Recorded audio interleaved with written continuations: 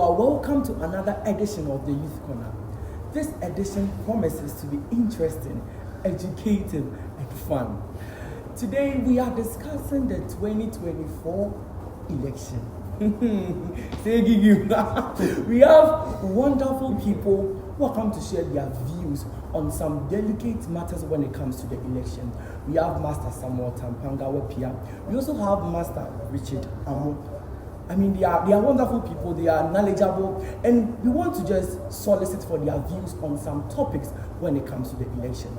My name is Neros, and I'll be the host for this edition. Call a friend to call a friend to call a friend that the show is about to go down. Stay with us, we'll be right back.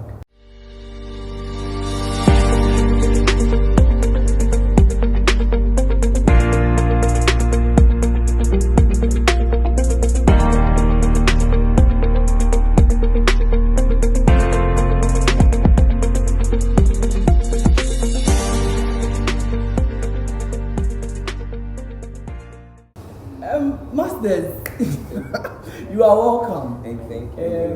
I mean, how are you? How are you doing? I'm good. Samuel, how are you? I'm fine. Okay, so let's zoom straight into the discussion. As I said, today is about the 2024 election. I mean, that is happening few days from now. So we want to solicit for some of your views when it comes to the election. So first of all, we want to talk about how history predicts or binds Ghana and the US together when it comes to our election. From history, I think this one I would have to give you the history before. I want you to understand the question. So from 1992 up till somewhere 2020. So I mean from 1992 up to the 2016 election, anytime the NPP is in power, the Republican is in power. It was just the 2022 election, that NPP was in power, that the Democratic was in power. And then the one interesting thing is, NDC has Democratic in their name, and then this one is also Democratic. And then the NPP symbol is the elephant, Republican symbol is the elephant with the same colors. I mean, they're red, so Ghanaians are predicting that trend will still continue. I mean, this question is very, I've given a lot of introduction. What's your take on it? Let me start from somewhere.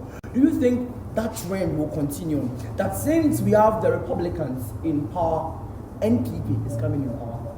All right, so thank you very much for having me. I want to take this time and greet our viewers. Thank you for that question too. I believe a sheer coincidence. I mean, we cannot directly establish any link between the two parties, right? Oh no! And then they have been. I don't know if you heard me. I'm saying that they have the same symbol, they have the same colors. So I mean, it's a similarity. You see, that's what I'm saying is a coincidence. Coincidence means that there's some level of truth, but then it's all by random chance. You understand? The fact that in your fact you stated instances where the dynamics have changed. 2022. I mean, that means that it's just sheer coincidence. So for me, I don't think there's any direct bearance on Ghanaian election or who will win in this election. Okay, let me chip in this one. Now, people are also saying that the current administration or the current power or the certain government brought their vice. So that is the Democratic brought their vice, the female, and then the current administration is also bringing their vice, that is Baumia, and the former president, that is Trump, and the former president, that is Choma. So that is another trend that Ghanaians are trying to also bring up. So I mean, will this trend work, or you think we will go by the former trend? What do you think? For me, I think the former trend, it influences people actually. People actually look at what is happening somewhere and then compare it to our own. That is our people. The elephant is a winning symbol for this year. Okay. So anything elephant is winning. It's winning. Year. I mean, yes. That's a trend people are trying to point out. Okay. Yes, that's a trend people are trying to put out. And then you saying former president, former to former. Actually, I've seen that one too, but it's not as it can happen, right? It can happen. It's just something that is a coincidence. It can happen. So you are saying that the current trend is a coincidence, yes. But then the one with history is not a coincidence. it can be a coincidence. Look, I mean, are you hearing? Like, he's saying that I this think one. Howard's opinion is a little. I mean, everything is a coincidence. It could happen. There are lots of links that have been established. I mean, no two ways about that. But as to a direct bearance on our election, I think it will be a coincidence. But then look, from 1992 up till somewhere 2016 election, that is. So anytime the NPP wins, we know that definitely. I mean, Republicans, we know that it is NPP. Don't you think the only sense I can make from this is either a spiritual or unless the powers communicate. If the powers communicate, I mean that one would make sense. Maybe if the party wins in US, correspondingly, maybe they also support the party down here. Okay. You understand? But if the parties do not connect, I can't really establish. Unless maybe we have an establishment that shows that okay, parties in US communicate with parties in Ghana and they support the parties in Ghana. If that is established, then we can see something. Maybe they will bring a lot of resources to, champion one party over the other. But if that's not the case, that one might be true. That one might be true. I think it's history. It might be true. Have you seen something like that? Because I remember when the Republicans won, I saw a letter of the NPP congratulating their sister party. I was like, sister party, like. That one is because of the symbol. The elephant symbol makes it a sister party. You get it? Okay, so enough. And so now we are saying that it's a coincidence. Are we agreeing on the fact that everything is a coincidence? Okay, let's take another trend. That is, when you go to the US, we have just two ruling parties: the Republicans and the Democrats. In Ghana, we have the NPP and then the NDC. Don't you think it is high time we give chance to the other parties? I mean, should we make it stable as it is? What do you think on it? The fact that we have two parties ruling in both countries. What do you think on it? I mean, it is the people. It's the decision of the people. You can't just say you fruit and then you can give other people a chance if you feel like their policies are right. Right? You feel like their policies are good, and then you feel like you can hand over a country to those people. Then, I mean, if I'm getting you, not to cut you short, yes. Ghanaians are giving, US Ghanaians, we are giving our powers to them because we feel they have the right policies and, everything to help us as citizens. If you don't trust someone, you can't give the person a mandate to lead you. So what do you think about it? It's a trust. For the dominance of the two main parties, I think some youths are fed up with the whole dominance thing. But I don't think we have to look at it from that angle. You understand? This is how we have to look. They are leaders. They want to lead us. I feel ideas should compete. I have seen that during the normal MP election, there are some towns which are known to be MPP dominated towns. But people ran for independent and won there. That is because I think Kennedy was an example of that. Kennedy ran independent. Oh, I'm lying. No, it's not Kennedy. It's not Kennedy. There was another MP. I forgot the name, but as an MP. In an MPP dominant, even Akufo-Addo spoke against him. Yes. And then he still won because his personality and his leadership was something that the people there, understood and then connected to. So I feel it should rather be a competition of the ideas, right? Ghanaians should give the new people a listening ear. Listen to their ideas and what they have on board. They should, because I feel now if the dominance is as a result of better policies, then it's fine. We have to still win. The dominance should still be dominating. But if we don't have a problem with it, do we have a problem with it? I don't think I have. If I should have a problem, it should come from the angle of their style of leadership. Okay. Maybe I'm looking for something else apart from not that. The fact but that not the fact that they have been in the system for too. Once they are doing good, if they are doing good, I think they should just continue. Okay, then if they are doing good, they should still continue. Still talking about trends. I have a trend that I've been thinking about lately. I think even some Ghanaians are speaking about it. The fact that in 2012, when Atamils passed on, may his soul rest in perfect peace, John Dramani Mahama, His Excellency, won the election. Many Ghanaians are arguing that it's as a result of sympathy vote. Now we have our very own Mami Ekuyadonko, may her soul rest in perfect peace, also passing out. Do you think that, or what's your view on it? Do you think that because of that, her party might win sympathy vote from Ghanaians? Someone? Mami Ekuyadonko may his soul rest in peace, I think that the party might collapse. Because the party was not built on ideology, it was built on a personality. That's what I feel. Okay. So once the personality is out of the picture, the party collapses.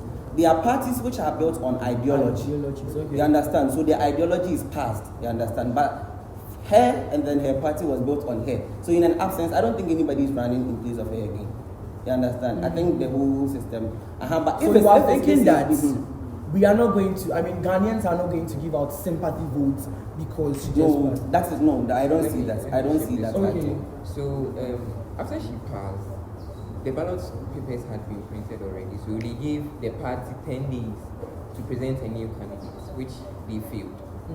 So right now, the name is on the ballot sheet, but then voting for that name is a rejected ballot.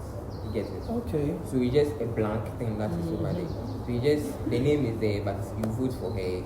It's just a disqualified vote. You get it? So I mean, the vote doesn't count. It doesn't count.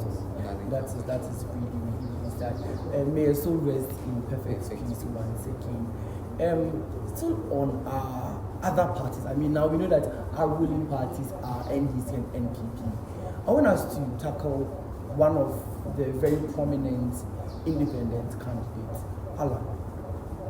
I saw a video of him. I think it was an interview, if I'm not mistaken. And then he spoke about the fact that our very own Kufo, my grandpa, has our former president, His Excellency John Ajekun Kufo, has endorsed Bawumia, I mean the NPP presidential candidate. And he was like, it wasn't right. I mean, the summary of the interview was like, why should he have endorsed him? Because Alan is his boy. I know you get what I'm saying. Yeah. So what's your view on it? Do you think that it was right for Alan to say that on set? Or was it, I mean, what do you think on it? Do you think Kufo didn't do it right?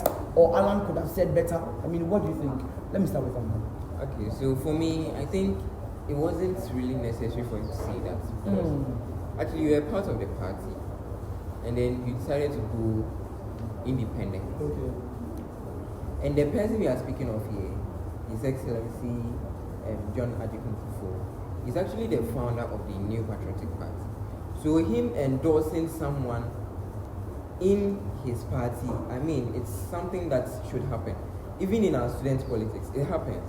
Someone from my department, I will endorse that person from my department, and then I will leave the other person. I even think that the endorsement might go beyond that, because I've heard him speak about how he knew Bawumia when he was a kid at Bank of Ghana and all that. So I think the endorsement is not really just on the basis of him being from NPP. I also think that if Alan had stayed in NPP, and maybe, just maybe, if he had a chance to lead NPP, because when he left, when they did the special voting to cut off, right? He didn't wait for the actual voting. So just maybe he could have been the flag bearer, or maybe he could have been the vice. He could have also got endorsement from the former. So you think it's because it's the NPP candidate? Yes. Please. What do you think? Do you think it was right for him to say that? I mean, what do you think? I would like to address the action of former president. I feel when two children of yours are fighting, you don't take side. Okay. Unless, of course, you decide that one person has been recalcitrant, so you want to take side, which you come out and see. But then I think it's expected that when you take side and I'm your son, I would come and react.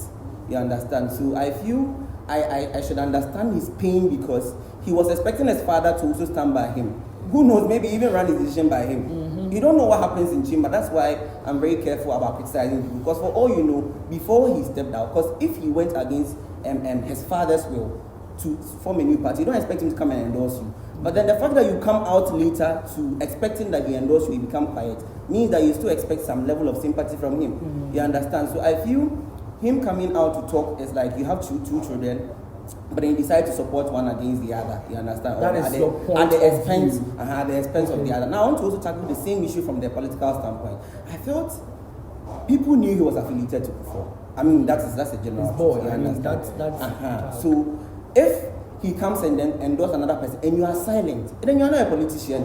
The political sphere would want you to also speak on it, because your people. So if I get you, he spoke because of this second point, because of politics. And yes. I think that is also something that his people would even advise that you come and talk on. Because if somebody that we know is behind you comes and then says something different, now we are thinking, are you still the person we think you are? You have to come and speak out. You understand? Yeah. And then I feel maybe in his head, he always had the support of Kufuor, so he felt that Kufuor should know he's a better leader. And then he's saying, he even stated that Kufuor chose partisanship over choosing the better leader, because he still believes he's the better leader. And he's entitled to his own opinion. So I feel what he did, if I am putting myself in his shoes, it can be justified. It can be justified. So you think it can be justified? It can be justified. Okay. Interesting. And so, you think he didn't do it right? Yeah, I think he did. You think it's right? Oh, I think it's right. I think that is what everybody would. We would leave it for the viewers to decide on their own. If they think what happened, you can leave your comments. In the comment section, whether you think what Alan did was right or not. So on the independent parties, let's look at Chad. A young man with fresh perspective, with a lot of promising qualities. What is your view on Cheddar, and when it comes to his presidential ambitions, his policies and all that? Samuel, let me start with you. Okay, so Cheddar. First up, what makes me love him is his enthusiasm. His character, because he embodies what I love as a student leader. What I also do as a student leader. He embodies what he says. So I love him because of that. Now, I like the fact that he's young and then he's also rich. He's young and rich, and then it doesn't really happen like that, you understand? And then he has love for the country and all. Respect to his policies, I have taken my time to listen to his 12 pillars and all. I don't know whether what he says was already a research policy, because if that is not the case, it means he has really done research. The first policy was about 12 pillars. The first one is 16 region industrialization. Now he took each region, explicitly noted the resources or the minerals in the region, gave an estimation of what the minerals are worth, gave the estimation of what we will get after processing the minerals, right? And then gave an industrialization plan. Now, when you get to the 7th policy, he's talking about changing our whole education structure. He calls it industrification. So, I think he has done due diligence. Some of the things he's saying are the normal things that we know about industrialize. We learned in social studies and all, protect our environment and all. But then you think there is a depth to what he's saying? Everything is comprehensive. It's like and then he has done it over 10 years. The guy has thought. It's a 10-year plan. That means it's not coming to impress us within 4 years. Because one of the issues I see about our government is that we have 4 years to work and show us results. We are not waiting for it to take us through droughts. But then someone who comes with a 10-year plan means that... Samuel, do you think it is feasible? It is feasible. He has shown that nobody... the truth is that even if it's not, nobody is talking about it. No party. If His Excellency Mahama comes to say something, right? People come to address it. But nobody is talking about him. The big people are not talking about him. But then what is not feasible about it? It's because, his party is not a main part. That is why we are not focused on it. It's not because of how comprehensive the policies are. I think it is because of how we are as Ghanaians. Because we should listen to him. And if you listen to him, even for some of his policies which are not very understandable by looking at it, I watched the one that he said he would bring a sea to Kumasi. Do you know the guy has drawn a plan for the whole Ghana, the water plan? I think there's a map for Ghana there. And then he has indicated exactly where he would drench to the... he has a complete... I feel it's feasible. Let me hear your view. The guy has great plans. He has everything, right? The thing is, people are not talking about him, but you don't just get up and speak about people. In Ghana, you reply to what you say against us. You get it?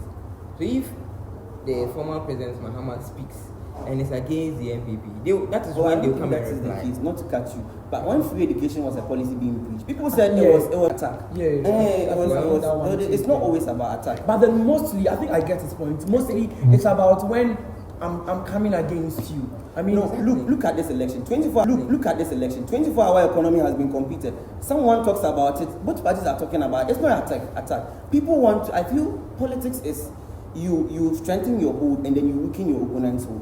So when they are talking about their policy, they want to undermine the other person's policy. Yeah, okay. So His Excellency, the former president, will talk about the digitalization. He talks about it. Yes. He talks about the fact that Vice President Bawumia talks about the fact that when the fundamentals are weak and all, but now he has changed it. He addressed some of the policy. Yes. It's not about attack. So let's look at the policy. So is it that? I mean, wait. Okay, sorry. let me Sorry get for that. Mhm. So, you are saying people don't look at his policies. I mean, people look at his policies, but this is Ghana, right?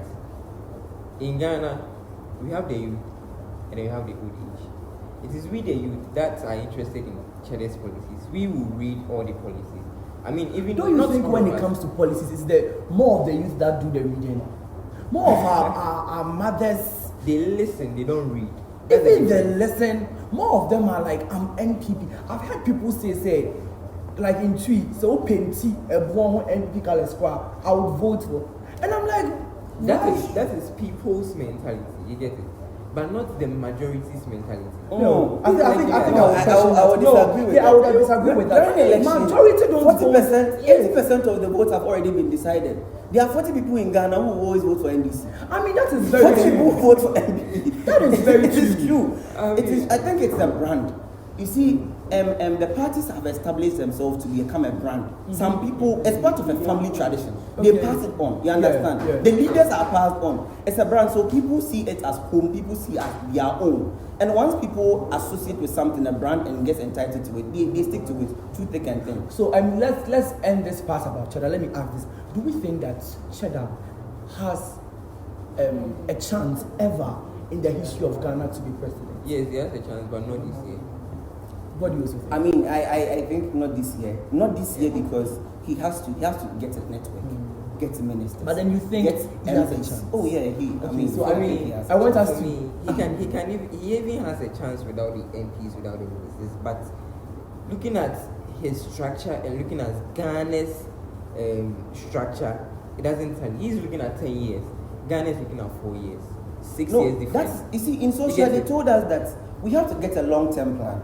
But Long-term plan, when you come, then you work within that plan. Exactly. It is so sad that because we have very divergent views, and then the tenure is 4 years. I can start this and get to this point. When the next president comes, he comes and do another thing. So we abandon projects. We abandon projects. A lot. So if we have a 10-year plan and we adapt it, when you come, this is our aim. How do you achieve it? So the president come and do the how, but we have the end goal. You understand? That is what we have to do. So I want us to conclude on Cheddar. We are all saying he has a chance, but not now. Yes. We're talking about the current state of our country in terms of the 4 years and all that. How do we assess the current Ghana? I don't want to bring party or politics. We can say government, yeah. How do we assess the current government, Ghana? How is Ghana now? So with that one, I'll divide mine into two. Ghana now started 8 years ago, right?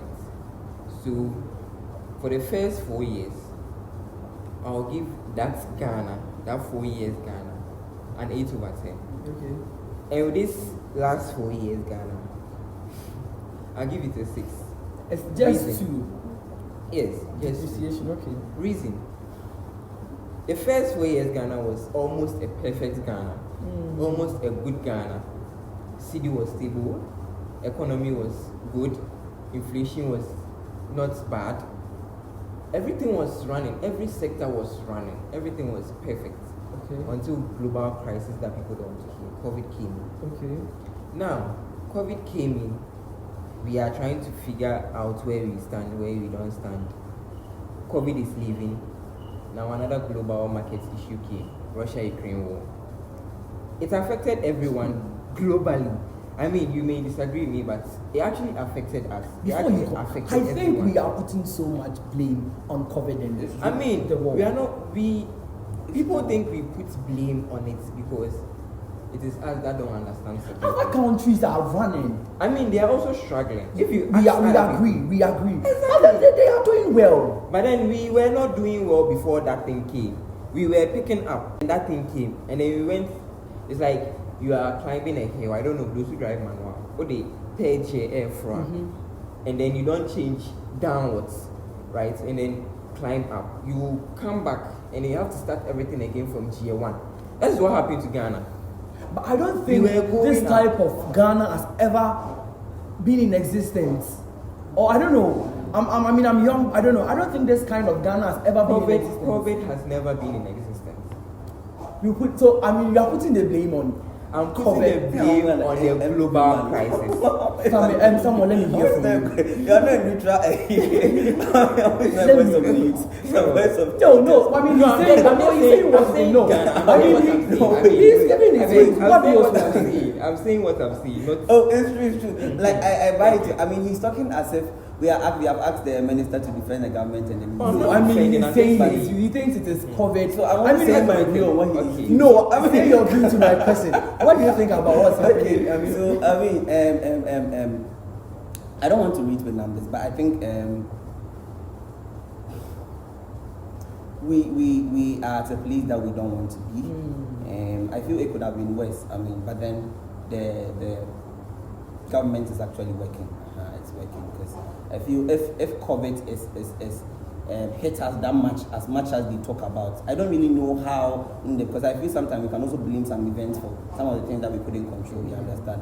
And I don't want to believe that, but if COVID had that massive impact that they are saying it had, then we have done well. Because during COVID, I realized that they were doing a lot of social work, giving people food here and there, free water here and there. So I felt maybe they managed it well. And then, if they were able to sustain us during our difficult time, it just makes sense that we have to also suffer a little bit when we are normal so that we can recover from. So I think it's. So you think Ghana is recovering? It's recovering from the pandemic. We are not in our best of states, but let's talk about Galamsey. We are still on Ghana. I remember some months ago, Galamsey was like another COVID in Ghana. What's your take on Galamsey? Do you think the government is silent or they are doing their best but we don't want to listen? What's your take? Someone, let me start with you. I don't have answers to the question. I have more questions to the question because we have viewers. So whenever we put the question, why is it so hard to control Galamsey? Because the fight didn't start this year. It started a long time ago, and there have been different approach.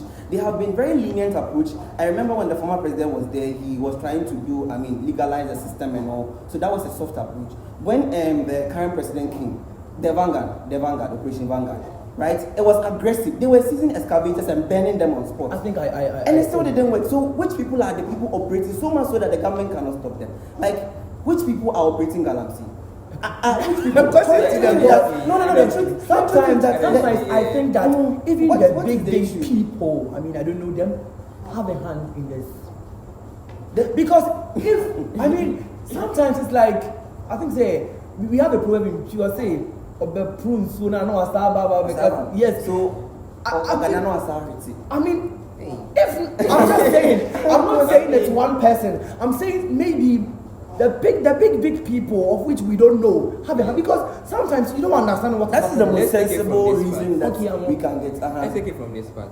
What if it's true that the big people are in it, but then the people who are actually on ground doing it decide to stop? It's not going to stop. Stopping it will be difficult for me because I don't have a job.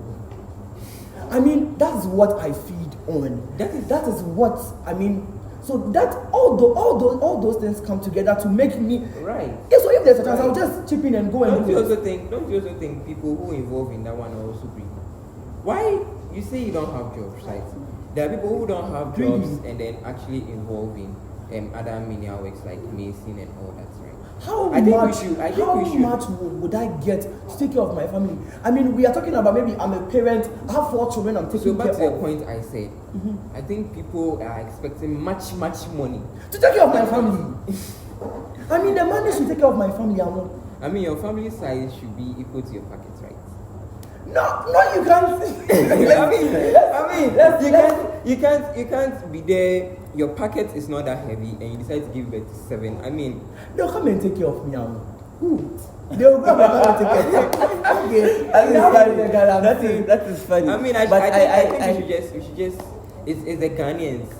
I feel we should tackle the Ghanaians. The topic about Galamsey should be a full discussion on this one. Because I mean, I'm saying which people are behind it, and you're opening my eye to the fact that it's not even about the people behind, it's about the people on ground. When we seize their job, I mean, what would they do? You understand? And he's saying that the people on ground, if they are not so greedy, because you can't tell me that you are poor so much so that you are destroying our future for your present. It doesn't make sense. Because if you are talking about water bodies, so we will destroying put the topic of Galamsey into another discussion. I mean, so that is even increasing the livelihood. It's even making the life hard. I mean, so let me viewers it's not a topic on Galamsey. It is not understandable. We will be, but if you have any views on Galamsey, you can also drop it in the comment section. Yeah. Now to our current state, I think many young people are losing interest in the current ruling parties or even voting in general. Do you think it's right for them to lose interest? I mean, voting is a right that every citizen should partake in, right? So I don't think anyone should lose an interest in voting. But then, I think the question is, people are actually losing interest in the system that Ghana is running. When we were starting, you said they are basing on two political parties. Yeah. That is what people are losing interest in. Okay. In fact, at a point, I was also losing interest. It happens. Topic for another day. It happens. You lose interest in things that becomes boring at a point. You are expecting something, the person will come, and then the person will not do what you are expecting. I mean, it's painful, it's hard. But then, voting is something that if you don't decide, someone will decide for you. That is what we don't want. So even if, yes, you don't want this government, you don't want this system that we are running, so go for a new system. There are 12 valid candidates on the ballot screen. You can vote for these 12 people. Go for any of them aside those two. Okay. You get it? I think I get your point. So still on the ruling parties, there was a poll that was conducted by Global Info Analytics that was stating that NDC would win by 51.9% and NPP by 40.55%. And then there was also a research or a survey conducted by a professor, I think at KNUST Technical University, that is Professor Smart Sapon, that was saying that NPP would win by 49.1% and NDC by 45.8%. I mean, predicting that there will be a runoff and all that. What's your take on these surveys and polls? Do you think it stands a chance of happening? Do you think Ghana might go on a runoff? Let me start with someone. What's your take on any of these polls? Can it ever be real or something like that? Oh, I feel they can be real. I mean, they can be real. Just that we cannot place all our bets on them. You understand? Because I feel politics in general is very dynamic. Okay. What they said might be true after the time they were doing their research. I realized that info was done at October, in October. I mean, from October to December is a lot of time. Yeah. A lot of things can change. A lot of commissioning has happened. Yes. A lot of things can change. Yeah. So I feel it might be true after that time. If they were having the election, maybe at the time of the conduction of the poll, maybe it would have been valid. But now, because of the dynamism we cannot really place all our bets on them. I'm hoping the runoff. I was interested in the runoff at the beginning. But then I think that with how people are building the momentum to election, we will not get a runoff. I am not looking at a runoff at all. No. Okay, a runoff could be possible, but then I'm not looking at a runoff. And then I also think we shouldn't be. I mean, polls are conducted. Let me link it to us in the university. We know people who want without polls. And we saw what we saw. Yeah, we know. We saw what we saw. You get it? We saw what we so saw. I mean, we can't just say 100% hopes. I mean, it's possible that polls can win you the election. You get it? It depends on what you do between the time. And your groundswork. Yeah. And your casa. It's not polls. It's a groundswork. You get it? Okay. So on the ruling parties, I want us to tackle a few of the policies of the ruling parties. I mean, we spend so much time, we want to conclude on that. So let's start with NDC, the 24-hour economy. Let me put it straight. What's your on it, Samuel? So I think it's a good policy. I feel it would open up our economy to consume more people, but I feel that policy Ghanaians need to appreciate it more. I mean, they have to explain themselves more because a lot of people don't understand. I mean, some of the very pertinent felt that we need 24-hour service. Already. Short. Do you know that even some of the NPP, I mean, campaigners, I mean, the strong ones, can't even explain explain this policy. NDC. Yes, it's true. People can. Do you know who explained that policy? It was Cheddar. I was listening to his policy lunch, right? And he said 24-hour economy. But then his own was he wants to industrialize the system, bring machinery, so that people can operate machines like 8-hour shift. You understand? So his focus was the 24-hour economy as a result of a policy, not a policy itself. So he's tackling the basics, and then the basics would make up. Because he said that one person cannot work for 24 hours, you understand? Yes. But if there's a machine and we are operating, we can take turns and operate it. But that was not understanding the needed aspect of the country that needs 24-hour economy is actually working. The hospitals, the police stations. I feel production should be 24 hours. That's what Cheddar said. Production, I mean, I'm speaking for Cheddar a lot, but that's what he said. Production. You see, we could, if we are producing, he was doing, I mean, he does a lot of calculation, so you can get that he knows what he's saying. You understand? From the minerals, we have our output. Now we are talking on basis on the explanation that we've gotten from the NDC policy, which was saying 8 hours for people when they But then I was just reading about NDC before I came on. So they are saying the same thing. They are not explaining. The people don't understand. But they are saying the same thing. We are saying they are saying machineries and all. Based on the NDC's policy, not based on China's policy. That's what I'm saying. I got the understand. It's the same thing they are talking about. Yes. But it wasn't NDC who explained it to me. It was China who explained the policy to me. That is it. But it's the same thing. They also talk about mechanization, industrialization. So is it feasible? Why not? It has been done in so many places. Like the bank. Let's take the bank. If you want to run the bank for 24 hours, not when withdraw money in the night. Go and check the bank is not part of it. He said machinery. He said pharmaceutical companies should run for 24 hours. He said the production industry should run for 24 hours. That is the NDC. That's the NDC. Okay, right. But then the people are not explaining to us. So listen. So that's why I said. Right after Cheddar explaining to me, I want to see whether NDC is saying the same thing. And they are saying the same thing. But it wasn't NDC who explained it. You saw the similarity or it's the same thing? I mean, okay. It's a similarity. I saw the summary for NDC. But then the explanation was given to me. But it's the same thing. If we are talking about mechanization is the same thing. What is mechanization for Cheddar and mechanization for? What is industrialization? We are trying to link two things that are not the same. Oh no, different people are talking about the same thing. The same heading, but then different explanation. What explanation? I mean, no, NDC has never said that they are coming to do 24 hours for banks necessarily. They have not said hospital because hospital is already in. We have to trade to them. The people want to confuse us. No, that's why I'm explaining to you. So I'm telling you that. It's based on an explanation you got from somewhere else's policy. That's what I'm trying to say. But then I'm telling you that I have also read NDC. And it is the same thing they are saying, but I didn't get the explanation from them. But then it's the same thing they are saying. It's feasible. And I mean, it's needed. The fact that the question has been implemented should show you that what they say they will do is feasible. It is feasible. Okay, talking about whether they will do it or not. Let's move on to another policy of the end. That is saying that they are going to extend the free education into private schools and also make first year university free. I remember when free education was coming, there was a bash that this thing is not feasible. Now, why do we want to extend it? Do you think it is actually feasible for us to extend it to the private schools and also make first year university free? I mean, let's talk about this stuff and let's move into the from where I'm sitting. NPP. From where I'm sitting, it's possible to do that. But then from the person saying it, personally from where I'm sitting, I don't trust the person saying it.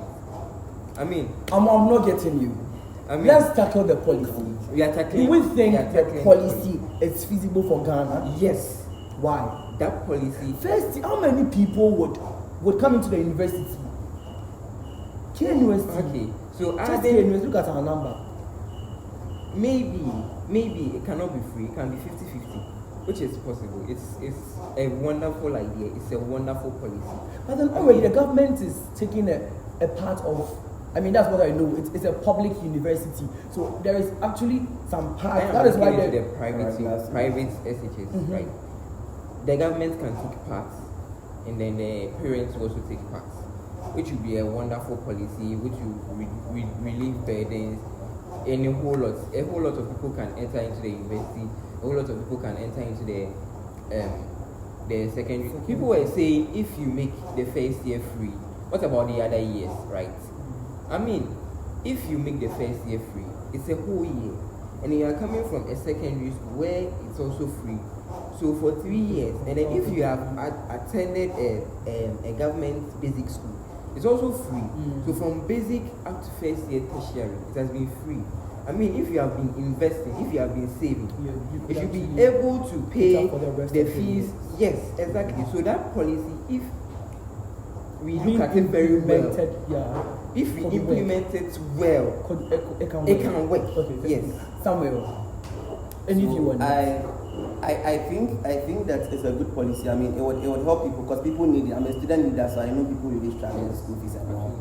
So people would need it. But then, if you ask me, I don't think it's the right time for it because free education that we talk about, it's a very good policy, but it has a lot of issues. People say they don't get food and all. I mean, I feel what we have to consolidate it before we extend it. Because and then the people from the other party are also talking about free education, the fact that I didn't really. Some parents even complain about free education. So why don't we strengthen what we have? You understand? I understand that you cannot use a strengthening as a policy, but I feel we have to consolidate what we have. Because the free education, if make a statement. If we don't consolidate, the free education might collapse itself before university comes in. I mean, it all boils down to implementing it. Let's delve, yes. I mean, for a shot into the NPP, and then let's bring the discussion to a close. Still on education, I saw a policy about persons with disabilities going to the tertiary free. I don't know if I saw it right. I don't know if anyone has seen it from the NPP. Do you think it's a right policy at this time? Should it go on? I mean, if we are looking at taking free for all first years, I think that one is also good. I mean, it actually relieves burden from what you just said, that we are not actually resourced for that. It makes it easy for the government to do it, and I think it will be a good policy. I mean, there are scholarships. It will actually relieve burdens on people who actually give out scholarships and all. So I think it's a good thing. It's a good thing. Yeah. Still on NPP, the point about digitalization, I think that is their flag. Policy. Digitalization. What's your view on it? I think it's a beautiful policy. I like the approach. When I was young, now I'm not young, but when I was young, I didn't understand why we didn't have database because I watched movies from US and then like the Ghana card where they have configured all of us with our environment. I didn't understand why we don't have that in Ghana. And I was wondering about a country that really keep better records of its members because how am I even a Ghanaian? Do they even know that I'm a Ghanaian? So I feel he started from that point trying to configure the whole of Ghanaian, getting our biometric. I mean, reducing the human interface, which of course, in so many sense, will reduce corruption and all. Because human interfaces bring a lot of. So I feel it's better. I mean, it's good. The transaction, you don't have to really go to banks as much as we were going. I mean, so it's a very good policy. Looking at the percentage of the in quotes illiterate and in Ghana, do you think this policy would do better, would do Ghana good? Because I feel like people would, rob people. People could scam our mothers and our fathers in quotes because of digitalization, because they have less knowledge about all these. Do you think it can affect, those population? Technology is the way forward. I feel, even though there are a lot of maybe cyber crimes and all, we cannot decide not to use technology. It's the future. So if Ghana wants to stay on track and then be advanced as possible, we have to get there. And then I feel maybe along the line we can also manage some of the cyber fraud and all. But we cannot say because our people are illiterate, we cannot do technology, or we cannot go. We have to go digital. We have to. At Ghana's we have to. The youth is most. Okay. So I think it's good. But it also has loopholes. The money spending on that thing is too much.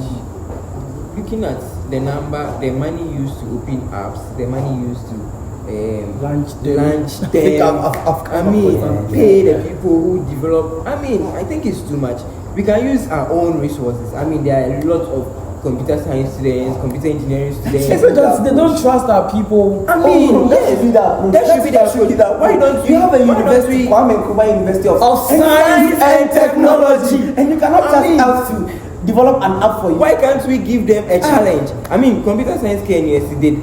They are doing their week. They did a challenge that they asked people to develop apps. It was a challenge. We can throw the same challenge to computer science students in Ghana, and then we do the same thing. The winner, we award you with something.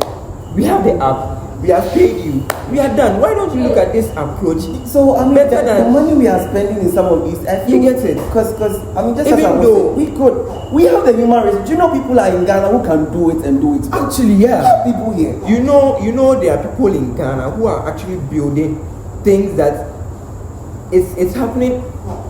Secondary school students building a dialysis machine. I mean, Yeah, I think you get it. Why don't you resource in these things better than going for people outside the country? Maybe we have aerospace engineering so much now, or they feel like what they are teaching us is not so capable of doing it. So I mean, it's just my view, because I mean, I've come to the university, studied, even done my masters, and you are telling me you can't give me a project to do. What are you trying to do? So what is the essence of doing it if you can't give it to me? I think the beauty about what we are saying is that we are students and we are trying to ask the government to give us something to do for them, which is beautiful. Yeah, I mean, so, telling the government, we are ready. Incoming government, we are ready to work for you. So please, KNUST is ready to work for you, and other universities. Other universities, we are all ready. We are exuberant. We are spending our time on the media. We are exuberant. We have the brains. Yes. Just ask and see what we can do. That is why our people are living so much. I mean, we don't go there today. They are Japan too much. Yes, so much. Because when I go there, I know people they are using me. I also use them. I mean, the money, I'll get money, and then I'll also invest my knowledge. It will even reduce unemployment. I mean, I think this question, we can talk about this, and I mean, not finish. I mean, I'm bringing the discussion to a close, but I want us to talk about, move a little bit away from, not so much from election. I think there was a trend in Kumasi, the pew trend. Hey, President! There's no bullet. President, you get prepared. And now, I've heard that there have been people are being arrested for going into, I mean, doing this. It was nice. See, I think I even saw. I mean, it was nice, the challenge and all that. But then our young people are being arrested, even though they've taken another game upon themselves. Do you think it has anything to do with elections? I mean, the commentaries I heard about this, the people who didn't agree with this was because we had election period, and then we were thinking that two things: either the watches from our home might turn them into one thing they were thinking about. The next thing was that they also felt that some people could actually bring normal. Yeah, I think I even had that thought. And then make them, but I feel we have to look at it from two sides. I have been in Ghana for a long time. I've seen a lot of election years. I mean, I've voted a lot of times too. I've voted before. So, I feel those times are tense time. Christmas time is a very tense time. People tell us, don't go out, because they will kill you. They cut your head and then maybe use it for if you fall coming. So Christmas is a tense period already. An election period is also tense. They asked us not to go out when we were young. I mean, they were asking us not to go out. So this time, this is just the year where the youth is playing during election time. Like the environment is so conducive, it's friendly, we are laughing, PZ boys are laughing.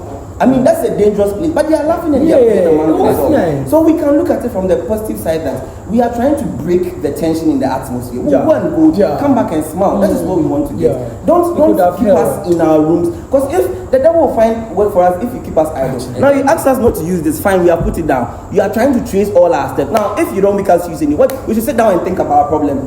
Some of these people, do you know why they are doing this? They don't have a work. They are burning time. They are depressed. They are burning time. So if you are saying I should put this one down, and you're not giving me any other thing to do, you might make me do something bad. So I feel they are in the right for for security reasons and all, but they should also be less lenient. I mean, looking at that angle, you are right, but it's a constitutional thing that it's illegal to use these things. And no, this is actually legal. There's TikToker judge who talks about some of these things. He said that knockout is illegal. Yeah. But these toys, they import it. It is legal. This is legal. It's legal, but then they said how, depending on how you, if it causes nuisance or disturbance, I mean that one is legal. But using this one, disturbance. So from what we are saying, there are two ways to this. Okay, so I think we're bringing our discussion to a close. Yeah. And then before that, I want you to give a word to Ghanaians about peace, why we should vote. I want to start as a word to our Ghanaians. So a word to our Ghanaians, fellow Ghanaians.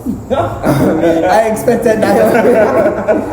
I mean, elections is your decision. It's not someone's decision. I mean, I've watched so many things. I've watched so many interviews. Just look at yourself.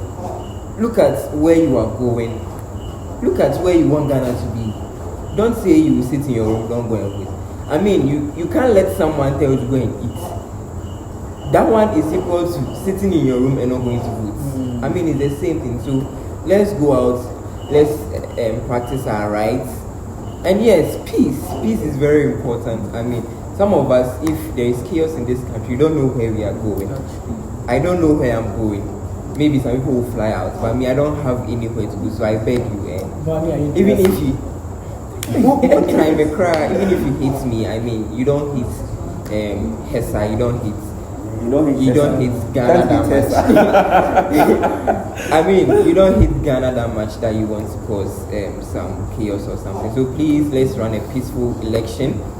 Before, during, and after the election, we want a peaceful world. And yes, go and vote. Thank you very much. Thank you very much, Amo. Samuel, please, let's I think Amo has said most of the important things that have been said. I am looking at the fact that first of all, we should go out and vote. It is our civic right. Let's go out and vote. Now, I understand that we have a lot of political affiliations, but if you ask me, I will tell us that let's put all of them aside. Let's sit down and look at the policies. The people have told us what they will do. Let's say that they will all vote, right, and then run them by their policies and vote accordingly, right? The last thing was also said by Amo. Let's have a peaceful election. You go and vote, you come back and you be in your room, wait for the result. Wherever it goes, you just accept the verdict and then you move on. We are one Ghana after all, right? I have heard that how wars, or coups have been done formally. You wouldn't like it, trust me. I have not been there before, and I don't like it. So even if not for yourself, for me, don't fight. Thank you very much. So that will be it for me. Thank you very much. I love you viewers for taking time and watching this video. It was a wonderful conversation that we had with Master Samuel Tampanga Wapia and Master Richard Amo. Thank you so much for watching, and we are entreating you to go and vote because it is your right. And even as you vote, try and make sure that we sustain the peace in our nation because it's the foundation for progress. Thank you so much. Same time, same channel. My name is Neros and I was the host for this edition. Bye.